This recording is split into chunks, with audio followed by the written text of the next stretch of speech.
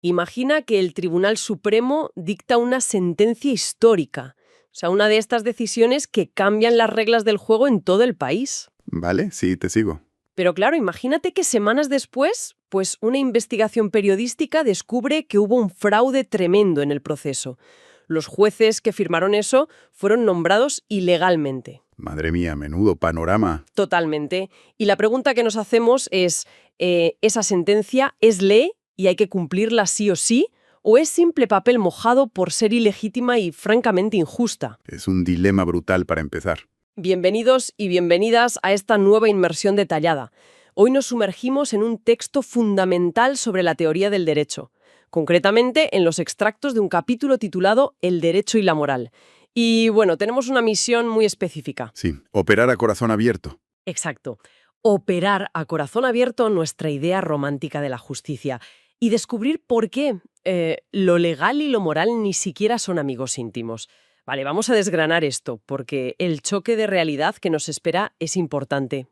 Lo fascinante aquí es que este texto nos propone observar el mundo jurídico, quitándonos literalmente las gafas de los sentimientos y la ética. El autor establece desde la primera línea un principio implacable. ¿Cuál es ese principio? Pues que afirmar que una regla de derecho exige una consecuencia no le otorga bajo ninguna circunstancia una significación moral. Dicho de otro modo, o sea que una ley ordene algo no significa que ese algo sea moralmente correcto. Claro que el derecho y la moral son dos sistemas normativos completamente separados que, bueno, habitan en universos distintos. Exactamente. Antes de avanzar, vamos a aclarar un término que el texto usa un montón y que puede sonar muy académico, que es lo del derecho positivo. Sí, es clave definirlo. Para la mente curiosa que nos escucha, pensemos en las normas de una comunidad de vecinos o en una simple multa de tráfico por aparcar mal. El derecho positivo no es otra cosa que las leyes puestas y escritas. Creadas por seres humanos en un lugar y un momento concretos. Eso es. No vienen de los dioses ni de la naturaleza, vienen del Parlamento, del Ayuntamiento o del organismo que toque. Es una excelente forma de aterrizarlo. El derecho positivo es sencillamente la norma humana comprobable. Y el texto ataca directamente cómo interpretamos el lenguaje de estas normas humanas, poniendo el foco en la palabra debe. Espera, porque eso me cuesta un poco asimilarlo. Si yo leo en el Código Penal, el que robe debe ir a la cárcel, mi cerebro automáticamente asume que la ley existe porque robar está mal moralmente. Ya, claro, buscas la conexión. O sea, siento que hay una condena ética implícita en esa frase. ¿Me estás diciendo que el texto niega esa conexión? La niega de forma categórica, fíjate. Nos advierte que en la ciencia estricta del derecho, ese debe carece por completo de peso moral. Es una simple fórmula condicional, casi como un código matemático. ¿Solo una fórmula? Sí, es un instrumento puramente descriptivo que conecta una causa con una consecuencia. O sea, si ocurre la condición A, que alguien roba, debe aplicarse la consecuencia B, la prisión. No hay bondad ni maldad intrínseca en la estructura de la norma. ¡Wow! Es como la ley de la gravedad. No hay maldad en la gravedad por hacer caer una manzana y que te golpee la cabeza. Es solo un mecanismo. A ver, es como las reglas del ajedrez. Las reglas te dicen que el caballo se mueve en forma de L y el alfil en diagonal. Esa es la ley del juego. Un ejemplo perfecto, sí. Las reglas no tienen ninguna moralidad intrínseca. No son ni buenas ni malas por impedir que el peón retroceda. La moralidad, en todo caso, sería juzgar si ponerse a jugar al ajedrez en este momento exacto, ignorando a un amigo que necesita ayuda urgente, es una actitud egoísta. Esa analogía ilustra perfectamente la autonomía de ambos sistemas. El ajedrez funciona en su propio universo cerrado, igual que el derecho positivo. Sin embargo, hay momentos donde el texto reconoce que ambos universos parecen cruzarse. Ah, ¿sí? ¿Cuándo pasa eso? Son casos donde el derecho positivo decide voluntariamente autorizar la aplicación de normas morales. Pensemos, por ejemplo, cuando la ley exige que los contratos se cumplan de buena fe. Claro, la buena fe suena a un concepto totalmente moral. Es súper subjetivo. Lo es, en su origen. Pero fíjate en el mecanismo que describe el autor, que es la delegación. Cuando el derecho delega en la moral, esa norma moral, en el momento exacto en que es aplicada por el sistema jurídico, sufre una transformación. Se convierte en ley. Exacto. Deja de ser puramente moral y adquiere el carácter de una norma jurídica. El derecho la absorbe, la asimila por completo. Se la traga, vamos. Y supongo que a la inversa también ocurre. El texto explora qué sucede si es el sistema moral el que dice, hey, hay que obedecer el derecho positivo del Estado. Sí, y uno pensaría que eso le da muchísimo poder a la moral. Claro, que la sitúa como el jefe que da la orden superior de cumplir la ley, ¿no? Pues no. El autor argumenta que es una rendición total. Si un orden moral prescribe que la obligación ética suprema es obedecer las leyes vigentes, esa moral pierde su autonomía material, abdica en favor del derecho. ¡Ostras! Su única función pasa a ser la de proporcionar una excusa, una justificación ideológica a lo que sea que dicte el legislador. Pasa a ser un simple eco del sistema legal. Ya, pero aquí tengo que hacer de abogada del diablo, porque la mente humana se revela ante tanta frialdad. Pensemos en regímenes totalitarios del siglo XX, con leyes atroces. Entiendo por dónde vas. Si el derecho positivo es intrínsecamente perverso y opresivo, esta separación tan radical no le quita a la sociedad la base lógica para decir, oye, esta ley es nula porque es pura maldad. Es una objeción muy comprensible, la verdad. Pero el texto le da la vuelta a ese argumento de una forma muy astuta. A ver, explícame eso. El autor sostiene que, precisamente para poder calificar un orden jurídico de malo o injusto, es un requisito indispensable mantener la separación. Piensa en esto un segundo. Vale. Si asumiéramos que el derecho es, por definición, siempre moral, entonces cualquier atrocidad legalizada estaría justificada automáticamente por el mero hecho de ser ley. Claro, porque ley y bien serían sinónimos. Exactamente. Solo manteniendo el derecho y la moral como compartimentos estancos, podemos emitir un juicio de valor externo sobre una ley. Podemos decir, vale, esto es legal, pero es moralmente aberrante. Ah, vale, lo pillo. Salvas la moral al separarla. Eso es. Ahora bien, ese juicio moral es vital para la sociedad, por supuesto, pero el autor insiste en que es totalmente ajeno a la ciencia jurídica en sí.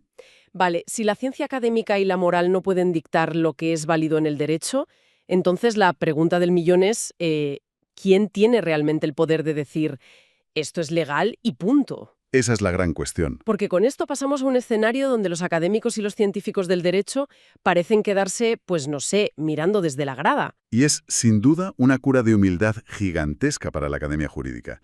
El texto subraya que los llamados juicios de valor que emite la ciencia del derecho son en la práctica simples juicios de hecho. ¿A qué se refiere exactamente con juicios de hecho? Suena un poco críptico. O sea que el científico del derecho solo comprueba si un acto concreto encaja o no con una norma que fue creada en un espacio y tiempo específicos, como comprobar si una pieza encaja en la ranura de un puzzle. O sea que no valora nada más. Exacto. No juzga si el dibujo del puzzle es hermoso o feo, ético o no, solo verifica la correspondencia geométrica, por así decirlo. Dejamos a un lado las metáforas románticas de los puzzles y oye, podríamos usar una más moderna. Es como el código de un ordenador, un sistema de software. A ver, desarrolla eso. El código no es moral ni inmoral. Si introduces el comando correcto, el sistema ejecuta el programa, incluso si el resultado final borra todo tu disco duro y te arruina la vida. Totalmente. El informático que analiza el código solo puede certificar que el comando se ejecutó según la programación, ¿verdad? No puede decidir si el borrado de datos es justo. Esa metáfora del software da en el clavo. La ciencia jurídica es completamente impotente para tomar la decisión final sobre la licitud de un hecho. Entonces, ¿quién puede? El derecho positivo reserva ese poder exclusivamente a ciertos órganos competentes, un juez, un tribunal o un parlamento. Entonces, cuando un juez toma una decisión en un caso complejo, no es que esté revelando una verdad oculta que flotaba en el universo jurídico, ¿verdad? Para nada. Están de alguna forma inventando la realidad legal en ese mismo momento. Exacto. En términos jurídicos a esto se le llama una decisión constitutiva, por oposición a una decisión puramente declarativa. Constitutiva porque constituye algo nuevo, entiendo. Sí, no declaran algo que ya existía de antemano de forma absoluta. Constituyen, crean la realidad jurídica con su fallo. Y aquí es donde encaja el ejemplo demoledor del Tribunal Supremo que mencionabas al principio de nuestra inmersión. Vale, volvamos a ese caso. Tenemos un Tribunal Supremo donde los jueces han sido nombrados violando la Constitución. Toman una decisión con un impacto enorme. ¿Quién desempata esto si hay un fraude de origen? Pues el autor nos dice que la cuestión de si ese fallo es verdaderamente válido o no, no la va a resolver la brillantez de la ciencia del derecho. No se resuelve debatiendo en la universidad ni escribiendo artículos. Ya, la vida real no es un seminario académico. Exacto. La resuelven los órganos inferiores encargados de ejecutar esa decisión. ¿Qué hace la policía? ¿Qué hacen los juzgados menores? ¡Ostras! Si deciden acatar y ejecutar el fallo, entonces a efectos prácticos y jurídicos es una sentencia válida. Si se niegan rotundamente a ejecutarlo, el fallo se convierte en nulo. Aquí es donde se pone realmente interesante. Lo que nos revela el texto es que un académico experto en leyes, que puede demostrar con una lógica aplastante que el Supremo es ilegítimo, tiene, pues eso, exactamente cero poder sobre la validez de esa ley. Cero absoluto, sí. El poder reside en el monopolio de la ejecución, en quien tiene la fuerza para aplicarlo. Si conectamos esto con el panorama general de cómo funcionan las estructuras de poder, la conclusión es implacable. El jurista que describe el derecho debe aceptar la decisión tomada en última instancia como la norma jurídica aplicable. ¿Te guste o no te guste? Internacional primitivo, mostrando que opera bajo la misma lógica constitutiva, solo que de forma más descentralizada. Bueno, esta visión del sistema operativo ejecutando líneas de código de forma implacable nos empuja inevitablemente a la gran paradoja humana, creo yo. ¿A qué te refieres? Pues a que si la realidad del derecho es tan mecánica y constitutiva, ¿por qué llevamos miles de años obsesionados con invocar una justicia suprema? Piensa en la última vez que discutiste de política o de leyes en una cena familiar. Típico. Siempre hay alguien que golpea la mesa y apela a lo que es verdaderamente justo, como si fuera una verdad universal que todos deberíamos ver. Es una necesidad profunda de nuestra especie, pero el texto argumenta con dureza que esa justicia absoluta es un espejismo irracional. Es un concepto metafísico inalcanzable. Tela.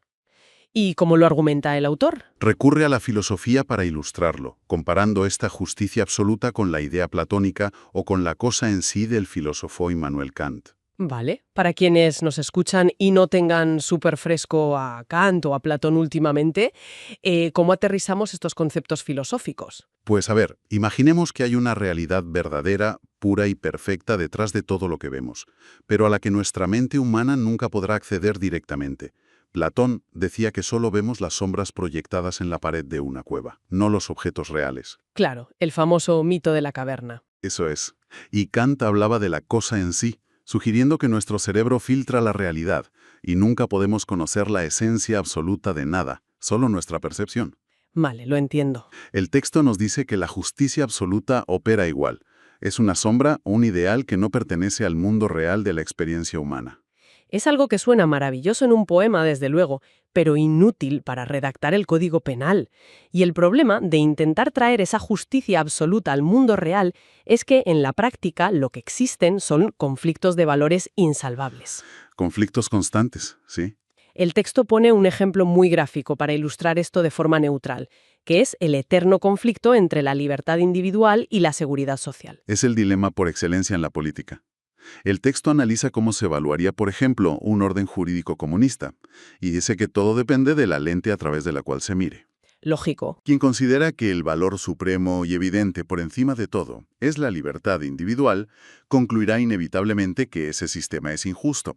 Por el contrario, quien asuma que el ideal superior es vivir con la garantía de seguridad social y económica, concluirá que el mismo sistema es perfectamente justo. O sea, estamos ante la misma realidad objetiva, el mismo sistema, pero observada a través de dos sistemas de valores totalmente incompatibles.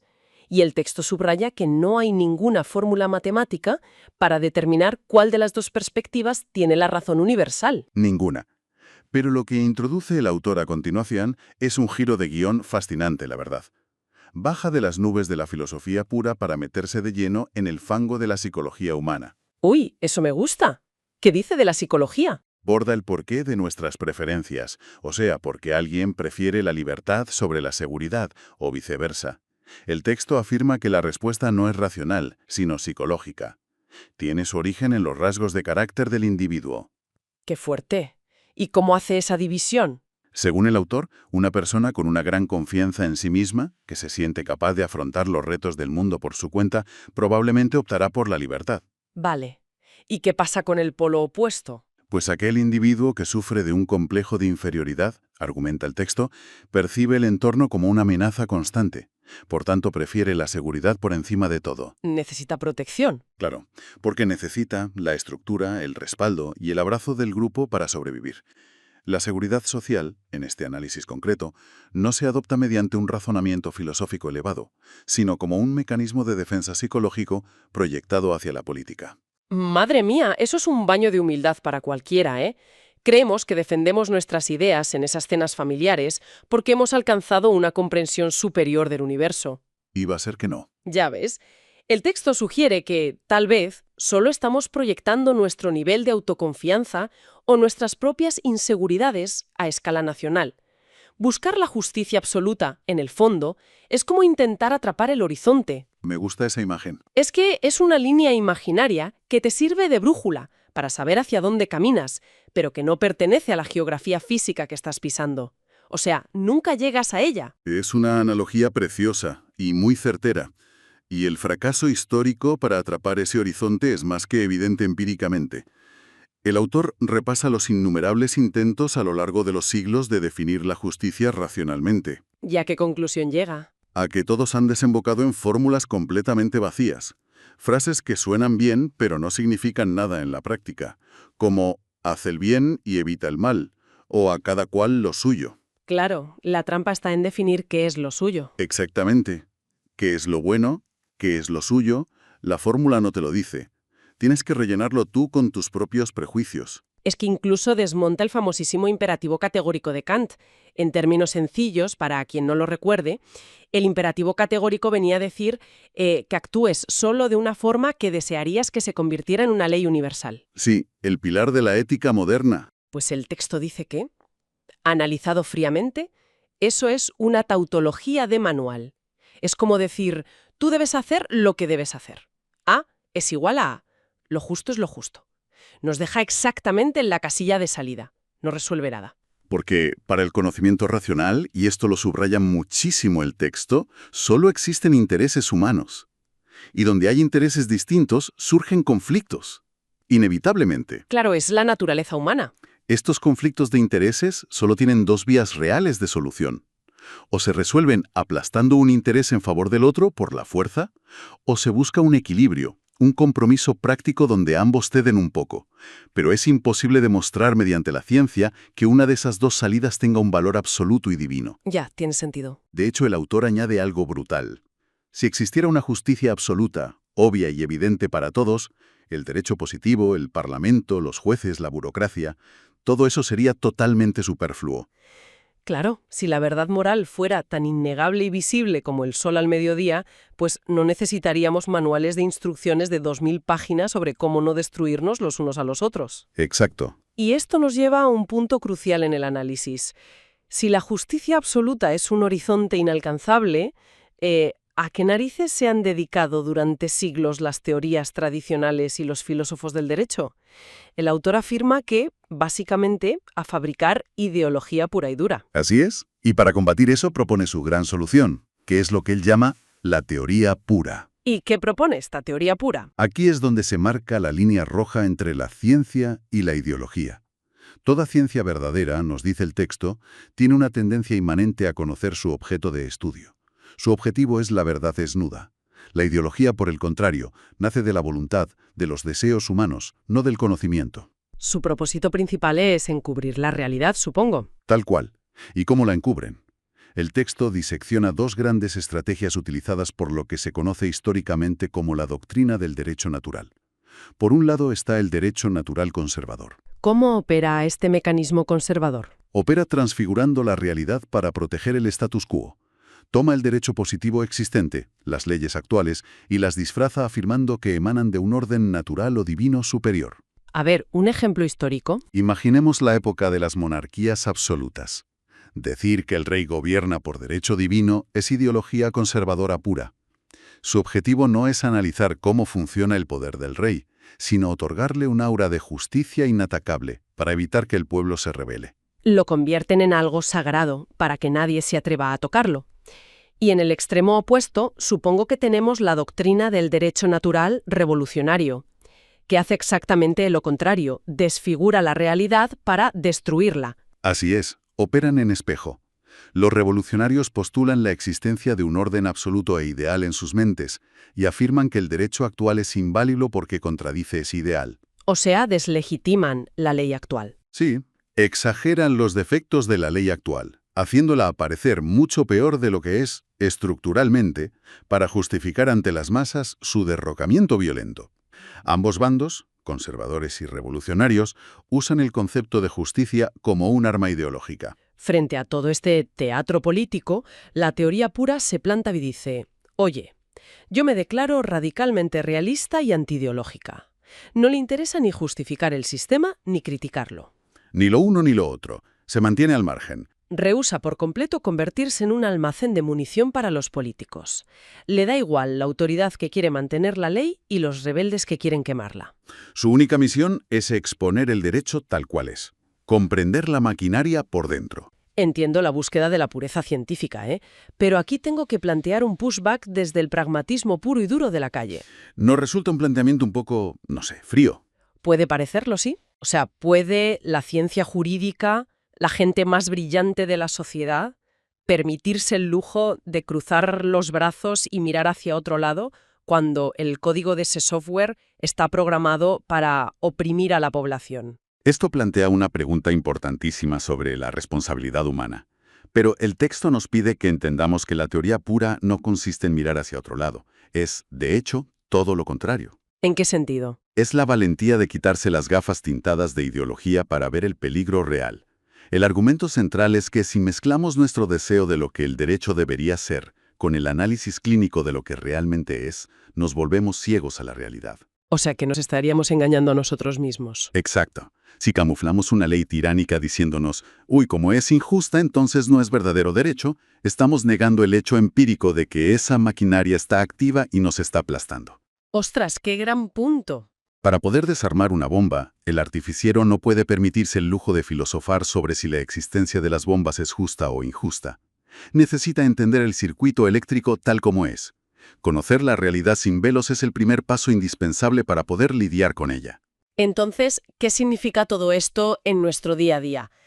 Creo que para la mente curiosa que nos acompaña hoy, esta perspectiva cambia radicalmente la forma de consumir información. Cambia el paradigma entero. La próxima vez que nuestra audiencia lea las noticias sobre un fallo polémico del Supremo o vea un acalorado debate político sobre una ley injusta, recordarán esta inmersión detallada.